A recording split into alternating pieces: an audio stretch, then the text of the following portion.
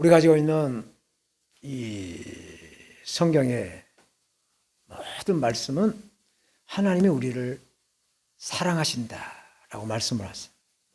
우리를 사랑하시는데 한 번만 사랑하느냐, 두 번만 사랑하느냐가 아니라 영원토록 끝까지 사랑을 하신다라고 말씀을 하십니다.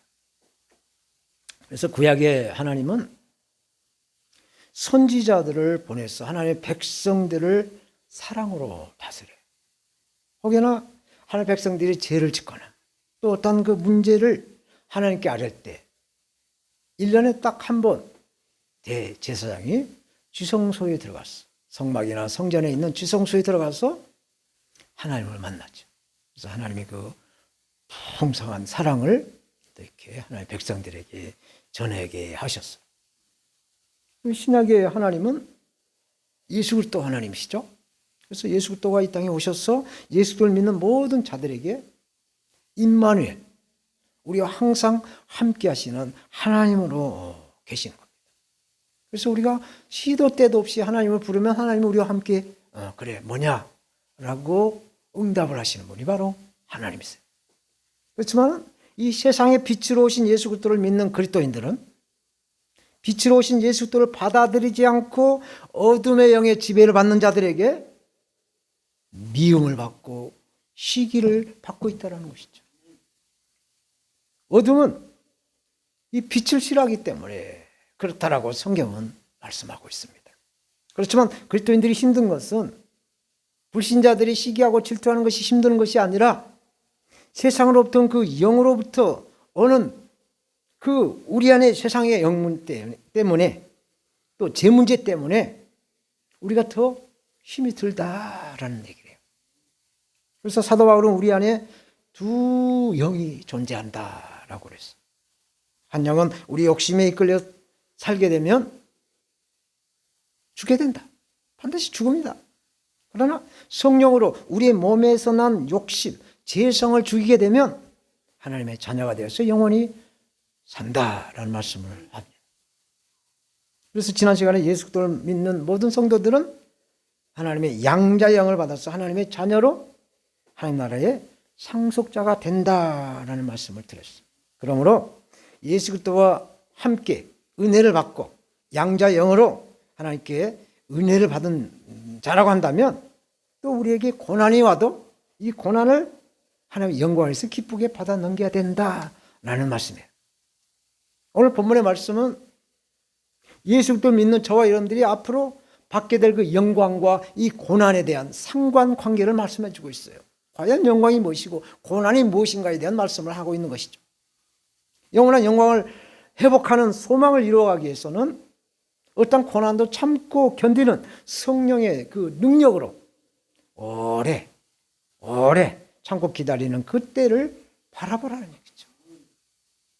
오늘 본문에서 말씀하는 사랑의 하나님을 바라보는 그 믿음으로 영원한 하나님의 나라를 소망하라는 거죠. 소망하라. 그래서 소망이라는 제목으로 우리의 모든 소망을 본을 보여주시고 또 소망이 되신 예수 그리스도를 증거하겠어요.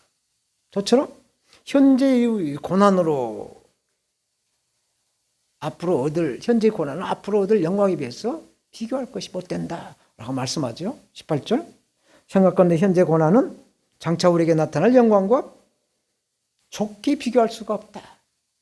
비교할 가치가 안 된다는 얘기죠.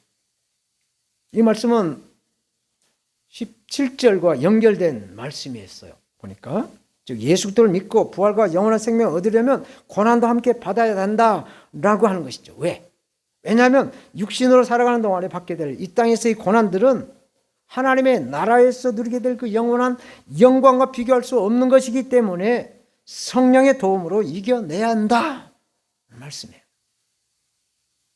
그러므로 고난은 잠깐이요 영광은 영원히 주어지는 하나님의 은혜요 또 하나님의 선물이라는 것이죠. 그래서 항상 감사하면서 현재 고난을 참아내야 한다라고 말씀하고 있어요. 우리나라 속담도 딸을 시집을 보내면서 석 3년을 참으라고 그러잖아요. 네. 석삼년을 참아야 그 집에 귀신이 된다고 말을 한 걸 내가 우리 누님이 5이나 돼서 내가 잘 들었어요. 또 우리나라 윤석열 대통령도 1년에 한 번 있는 사법시험에 9번째 도전해가지고 합격을 한 거예요. 인내심을 우리가 알 수가 있죠. 검사로 또 일하면서 사람에게 충성하지 않는다라는 그 신념, 그 소망으로 검찰총장까지 이렇게 오르게 됐죠. 그래서 하나님의 불을 받고 국민들의 선택을 받아서 자유대한민국의 대통령이 되었다는 것이죠. 참는 훈련, 이겨내는 훈련을 고시공부 거의 10년을 하면서 터득했다라고 했어요. 그래서 야당이나 좌파 언론들이 그 공격을 견뎌낼 수 있다라고 하는 그 맷집이 있다라고 대통령 후보 시절에 말한 것을 제가 보았습니다. 미국에서 수많은 대통령 가운데 가장 인기가 많고 가장 존경받는 대통령은 아브라함 링컨이에요. 아브라함 링컨도 7번의 선거에서 실패를 합니다. 그렇지만 소망의 인내를 가지고 16대 미국의 대통령이 됐죠. 아브라함 링컨은 대통령이 되어서도 정적이 많았다라고 합니다.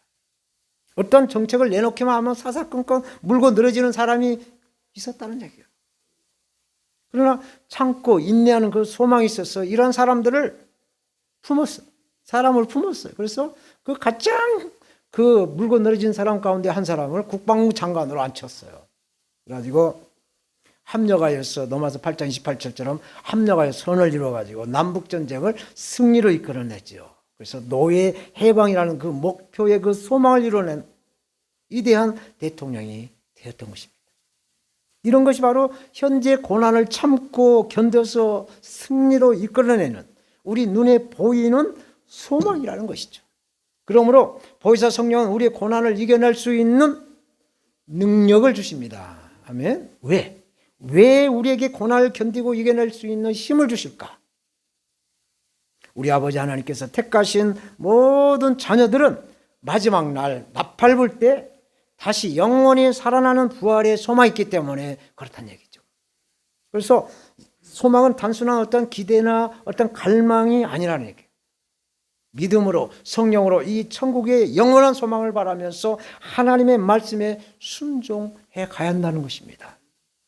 그래서 사도 바울은 고린도 교회로요. 사도 바울은 교회라고 말하는 에베소에서 이 소망에 대한 말씀을 하는데 에베소 1장 18절 19절 이렇게 말씀하죠. 너희가 마음의 눈을 밝히사 그의 부르심의 소망이 무엇이며 성도 안에 그 기업의 영광의 풍성이 무엇이며 그의 힘의 강력으로 역사하심을 따라 믿는 우리에게 베푸신 능력의 지극히 크심이 어떤 것인지를 너희가 알기를 원한다 말씀하고 있습니다. 사랑하는 여러분, 소망이 바로 천국의 비밀이라고 사도 바울은 이어서 고린도전서 15장 51절 52절에서 말씀하죠. 천국의 비밀이 바로 소망이라는 것이죠. 보라 내가 너희에게 비밀을 말하노니 우리가 다 잠잘 것이 아니요 마지막 나팔의 순식간에 호련히 다 변화하리니 나팔 소리가 나며 죽은 자들이 썩지 아니할 것으로 다시 살고 우리도 변화하리라 말씀하고 있습니다. 성령의 능력으로 기다리며 믿음과 소망으로 천국을 소유하려면 변화가 돼야 된다. 변화가 작년에 내가 아니라 지금의 내가 돼야 된다라는 얘기를 하고 있어요. 변화돼야 된다는 얘기죠. 그래서 육신의 정욕, 안목의 정욕, 이생의 자랑은 육신의 법인 죄에서 온다는 얘기죠. 그래서 이러한 죄의 종에서 성령의 종으로 변화하라는 거죠. 갈아타라는 얘기죠. 육신의 법에서 성령의 법으로 갈아타라고 말씀하고 있어요. 이것을 갈아타야 우리가 소망을 누린다라는 말씀입니다. 베드로전서 2장 19절 이하에도 이렇게 말씀합니다. 부당하게 고난을 받아도 하나님을 생각함으로 슬픔을 참으면 이는 아름다우나 죄가 있어 매를 맞고 참으면 무슨 칭찬이 있으리요.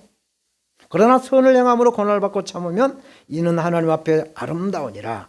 이를 위하여 너희가 부르심을 받았으니 그리스도도 너희를 위하여 고난을 받으사 너희에게 본을 보여서 그 자취를 따라오게 하려 하셨다 말씀하고 있습니다. 할렐루야. 우리가 예수님의 그 본을 그 본을 따라서 지금도 오늘 또 이렇게 예배로 하나님 앞에 영광을 드리고 있는 것이에요. 아멘. 우리 주님이 가시는 그 십자가의 길, 이 십자가의 길은 우리 주님이 죽으러 가는 길이었어요. 라틴어로 비아 크루시스, 골고다 그 언덕을 향해 십자가를 짊어지고 그 걸었던 그 오르막길이 바로 죽음의 길, 십자가의 길이었어요. 그래서 십자가의 길은 나를 죽이는 길이에요. 나의 고집을 죽이고 내 죄성을 죽이는 겁니다. 그래서 나의 옛사람은 죽이고 새사람으로 변화되는 길이 바로 십자가의 길인 거예요. 예수 그리스도께서 죽음을 이기시고 부활하신 것처럼 우리도 새사람으로 변화되어서 부활이 되어야 된다라는 얘기죠. 그래서 변화가 돼야 돼. 변화. 변질이 아니라 변화. 부활로 새 생명을 누리라는 얘기죠. 이 부활을 이루게 하신 분이 바로 보혜사 성령님이세요. 오늘 본문에서 아무리 큰 고난이라도 장래에 우리에게 나타날 영광과 비교할 수 없다라고 말씀하는데 그 영광이 과연 무엇일까? 장래에 비교할 수 없는 그 영광. 그 영광은 바로 영원한 하나님의 자녀가 되는 것입니다. 하나님의 나라의 상속자가 우리가 돼야 될 줄로 믿습니다. 새하늘과 새 땅인 천국의 시민권자가 돼야 되는 거예요. 고난의 시험을 견딘 자들은 새하늘과 새 땅에서 영원히 하나님 예비하신 영광의 자리에서 예수 그리스도와 함께 영원히 산다라는 말씀이 있습니다. 요한계시록에 보면 21장, 22장에 쭉 읽어보면 새하늘과 새 땅에 대해서 말씀을 하고 있어요. 새하늘과 새 땅에는 눈물과 사망이나 애통하는 것이 없다는 겁니다. 아픈 것이 없다는 거예요. 시기심이나 저주가 없다는 얘기입니다. 밤이 없대요. 밤이. 왜? 달빛과 달빛이 쓸 데가 없다는 것이죠. 하나님의 영광이 비치고 어린 양이 그 등이 되어서 빛을 발하기 때문에 밤이 없다는 얘기예요. 그래서 고난을 이기고 승리한 성도들은 새하늘과 새 땅에서 새 세태로 왕노릇을 한다라고 말씀을 하고 있어요. 사도 요한이 밤모섬에서 이 요한계시록을 기록하기 약 700년, 800년 전에 이사야 선지자가 예언을 하죠. 이사야서 65장 17절 이하에 보면 새하늘과 새 땅에는 이리와 어린 양이 함께 먹는다. 사자도 소처럼 집을 먹는다. 나의 성산에는 해암도 없겠고 상암도 없으리라 하고 말씀하고 있어요. 사랑하는 여러분, 오늘 본문에서 말씀한 현재의 고난은 장차받을 영광과 비교할 수 없다고 말씀하는데 이 말씀은 성경은 성령으로 해석하라고 말했어요. 그래서 고린도후서 4장 16절 이하에 보면 이 말씀의 열쇠가 열려요. 고린도후서 4장 16절 이하에 그러므로 우리가 낙심하지 아니하노니 겉사람은 후패하나 우리 속은 날로 새롭도다.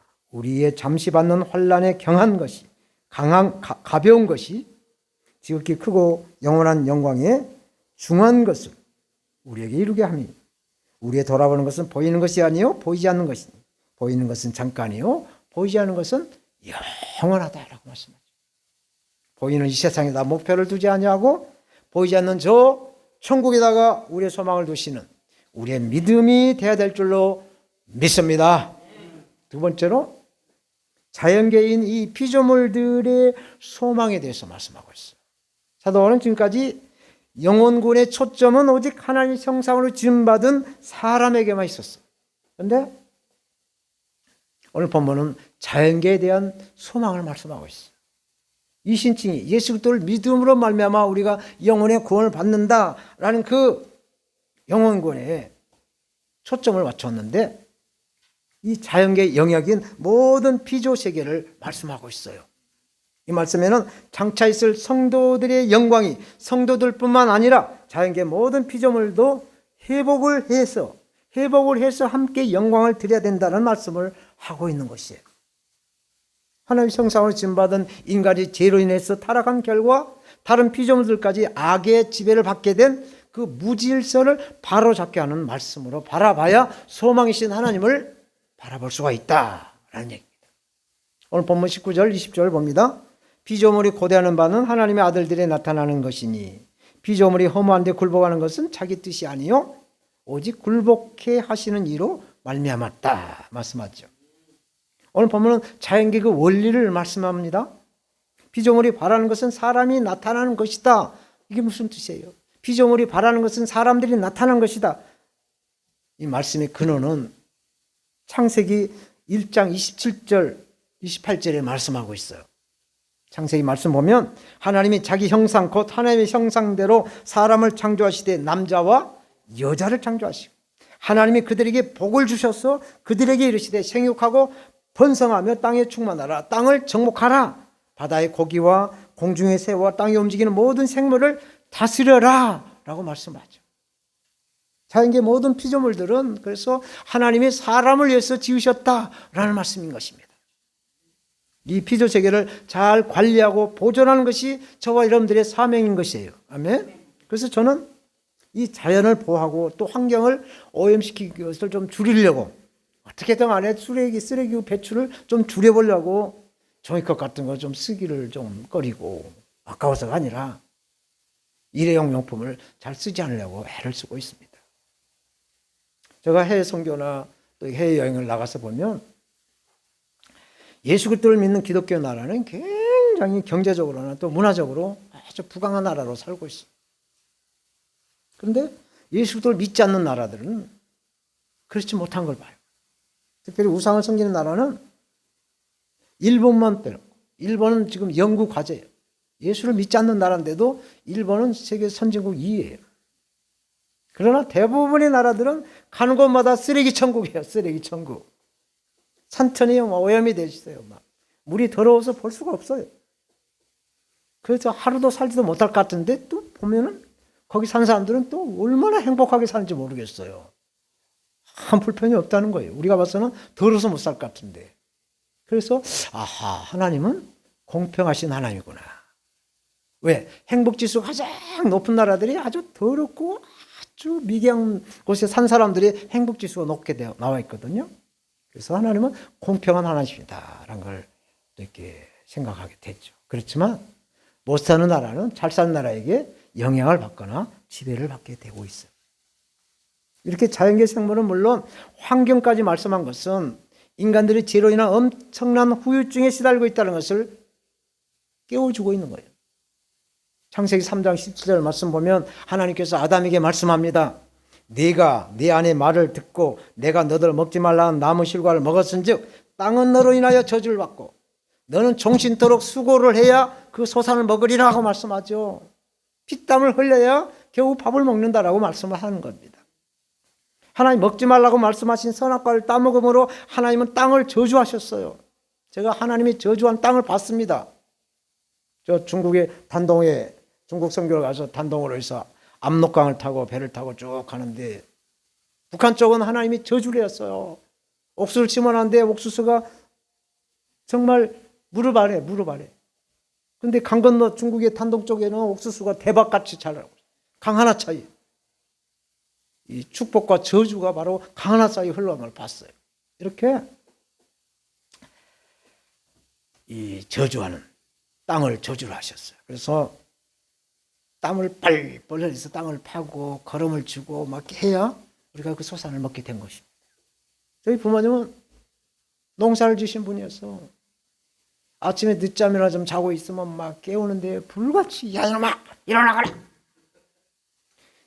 밭에 논에 이 주인의 발소리를 듣고 쟤들은 크는데 거기 잠만 자면 되느냐. 그래서 항상 부지런한 것을 이렇게 강조하면 말씀을 했죠. 그래서 제가 작년에 솔직히 밭농사를 지어서 보니까 가서 봐야 되겠더라고요. 가서 봐야 이게 진딧물이 있는지 벌레가 있는지 보이고 가서 봐야 풀이 이 작물을 가려서 작물을 못 자라게 한 것이 보이더라고요. 그래서 약을 치고 풀을 매주니까 아이고 살겠다 하고 이게 말 못하는 이 작물도 숨을 쉬는 걸 봤어요. 그걸 느껴져요.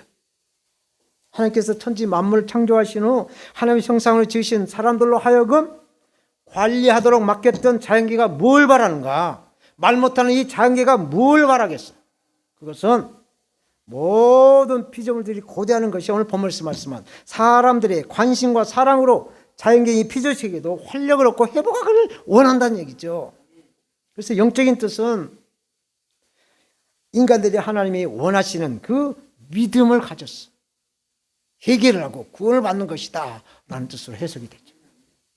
오늘 본문 21절, 2절, 3절. 그 바라는 것은 피조물도 썩어짐의 종노릇한 데서 해방이 되어 하나님의 자녀들이 영광의 자유에 이르는 것이니라. 피조물이 다 이제까지 함께 탄식하며 함께 고통하는 것을 우리가 아나니 이뿐 아니라 또한 우리 곧 성령의 처음 익은 열매를 받은 우리까지도 속으로 탄식하여 양자될 것 곧 우리 몸의 구속을 기다린다 하고 말씀하죠. 그러므로 소망은 다시 오실 예수님의 재림 때에 하나님의 아들들이 살아나는 것이죠. 영광스러운 부활로 다시 나타나는 것이죠. 그래서 대자연의 피조 세계는 인간들이 타락으로 말미암아 자기 의지와 상관없이 인간과 함께 타락할 수밖에, 파멸할 수밖에 없었다라는 얘기를 하고 있어요. 그러나 더 이상 부패하지 아니하고 영원히 살아날 수 있는 길은 딱 하나예요. 인간들이, 하나님의 형상으로 지은 사람들이 하나님의 자녀로 하나님의 유업을 상속받을 상속자로 살아가는 것만이 자연계도 회복되고 재정에서 해방되고 인간도 구원받는 길이다라는 것을 말씀하고 있습니다. 오늘 본문에 성령의 처음 익은 열매, 성령의 처음 익은 열매, 이게 과연 무엇일까?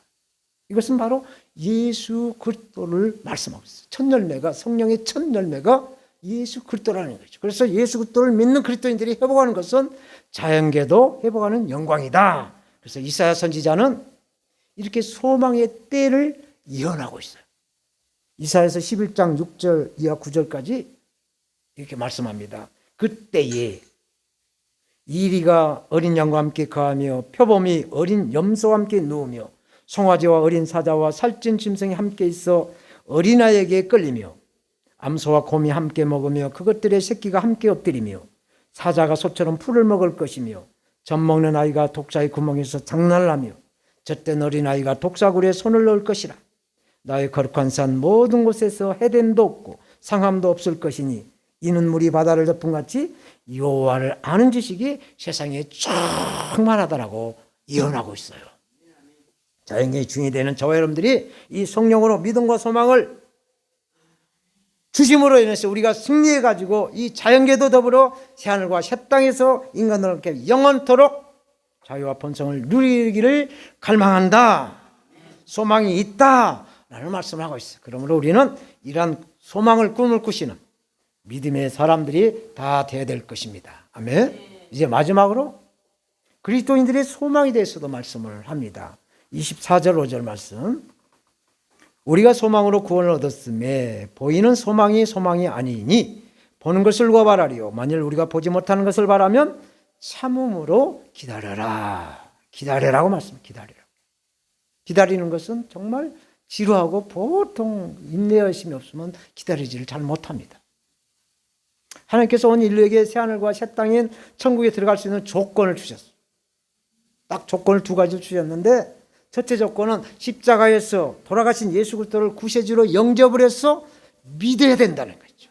우리가 새 땅과 새하늘과 새 땅을 갈 수가 있다. 두 번째 조건은 새 땅, 새하늘, 새 땅에 들어갈 때까지 성도들의 삶은 어떤 고난에도 오래오래 참고 견뎌내는 것이 그래야 새하늘 새 땅에 들어갈 수가 있다는 조건이에요. 이 조건을 성령이 인도하신 대로 순종하고 따른 자는 하나님의 양자로 상속자가 되어서 예수 그리스도와 함께 그 영광의 자리에 들어갈 수가 있다라는 말씀. 반드시 예수 그리스도를 우리 구세주로 믿어야 한다는 것. 그리고 이 믿음을 지켜가기 위해서는 어떠한 시험도 끝까지 견뎌내야 하는 조건을 성령으로 승리하라라는 얘기죠. 교회를 다니다가 목회자가 됐든 평신도가 됐든 좀 마음에 안 들면 교회가 여기밖에 없어. 가다가 그냥 다른 데 가서 열심히 하면 되는데 또 거기 가서도 또 그러다 보면 남들 한 1년이면 갈 자리를 40년 만에 가나안 땅에 들어가고 뭐 이렇게 방황한다는 얘기죠. 사랑하는 여러분. 근데 우리의 삶에는 항상 두 길이 있어요. 하나님이 원하시는 길이 있고 또 우리 마음의 그 욕심이 이끄는 대로 살아가는 그 길이 있다는 얘기입니다. 그렇기 때문에 우리 본문에서 사도 바울은 장차 우리가 받게 될 영광을 소망하라. 그래야 현재 어떤 고난도 이겨내고 오래오래 참고 기다리는 성령의 상하람으로 믿음 생활을 할 수가 있다라는 말씀을 하고 있습니다. 우리 눈에 보이는 것은 잠깐이라는 겁니다. 보이지 않는 것은 영원하다고 말씀하신 것처럼 눈에 보이는 소망이 아니다. 눈에 보이는 잠깐의 욕심을 채워가는 길로 가는 어리석은 자가 되지 말라라는 말씀이 있어요. 보이지 않지만은 영원한 소망을 향해서 성령의 열매로 오래오래 참아가시는 성령의 사람들이 다 되어야 된다라고 강조를 하고 있습니다. 오늘 본문에 대한 말씀의 결론을 맺겠어요. 러시아의 대문호 톨스토이는 인생에 살아가면서 세 가지 그 질문을 가지고 항상 그 퀘스천을 가지고 살아갔다라고 말합니다. 첫째 질문은 그대에게 가장 소중한 사람이 누구요?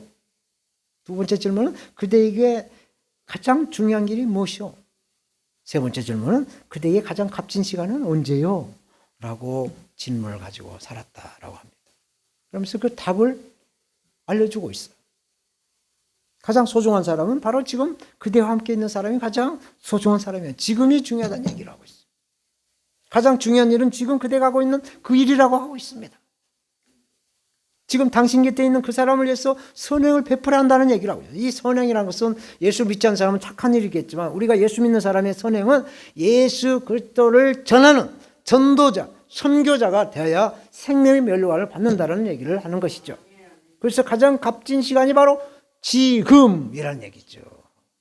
황금과 소금과 지금 이 세 가지 금 가운데 지금이 가장 중요하다라는 얘기를 하고 있습니다. 사랑하는 여러분, 근데 사람들은 멀리 있는 행운을 바라면서 가까이 있는 행복을 발견하지 못한다. 그래서 등잔 밑이 어둡다라고 말을 하죠. 멀리 있는 행운을 상징하는 네이크로바, 그 네이크로바만 추구를 한다는 얘기죠. 그러나 가까이 있는 행복을 상징하는 흔해 빠진 세이크로바를 놓친다고 한다면, 가까이 있는 이 행복을 놓친다라고 한다면 그 인생을 정말 성공하는 인생이라고 우리가 말할 수 있을까라는 얘기죠. 오늘 본문은 보이는 소망이 아니라 보이지 않는 영원한 소망을 말씀하고 있어요. 그래서 현재의 고난은 장차 우리가 받을 영광과 비교할 수가 없다. 그러므로 믿음으로 성령으로 참고 견디는 소망, 보이는 것에서 보이지 않는 영원한 나라의 상속자가 되어야 된다라고 말씀하죠. 그리고 피조 세계에도 소망이 있다는 겁니다. 하늘과 땅과 바다의 피조물도 소망이 있다는 얘기예요. 이 소망은 인간의 타락과 죄로 인해 오염되어 망가졌어요. 그래서 지구촌은 지금 온난화로 기후의 변화가 일고 있어요. 그러므로 하나님의 형상대로 지음받는 인간들이 회개를 해야 영원히 잘된 같이 범사가 잘 되어서 모든 피조 세계에도 하나님의 영원한 소망을 누린다라는 말씀입니다. 땅도 기름져야 되고 또 모든 자연도 기름져야 우리가 생육하고 번성해서 풍요를 누릴 수가 있게 된다라는 것이죠. 이 소망의 길을 가시기 위해서 성령을 구하시고 성령을 찾으시고 성령을 두드리시고 성령의 인도하신 대로 소망의 길을 가시기를 우리에게 소망의 본을 보여주시고 믿음과 소망과 사랑의 본체가 되신 예수님의 이름으로 축원합니다.